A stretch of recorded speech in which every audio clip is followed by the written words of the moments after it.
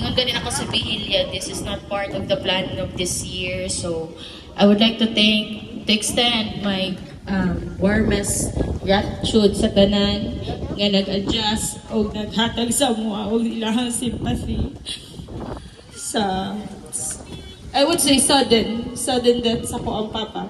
I would like to extend my sincerest gratitude yun sa mga igsoon sa akong papa kay Kuya Bugong. Yeah, thank you kaayo. Kay wala minibog ipasagdan katong na sa ospital. Salamat kayo yan. Kay Kapal Archie, kay Ti Junan, Ti Mayan, Diyan gikanong kong kinanti gingging, kay Ti Bade, oo, kilang pagdikan sa tanan, sa akong mga pinsan, sa mga igsoon sa akong mama, kay Mami Bilin, kay Ti Chichi, kay Kuya Dudong, sa akong mga pinsan nga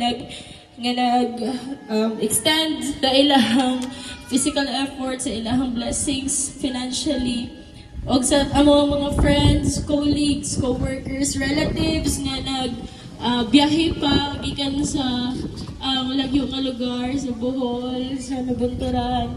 Daghan kayo salamat yun sa inyong pag-adto, mga auntie, mga uncle, mga nanay, mga tatay. In behalf sa among family, I would say that my father is really happy.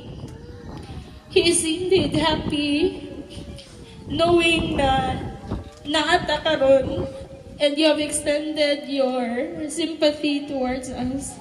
Thank you so much, everyone. God bless.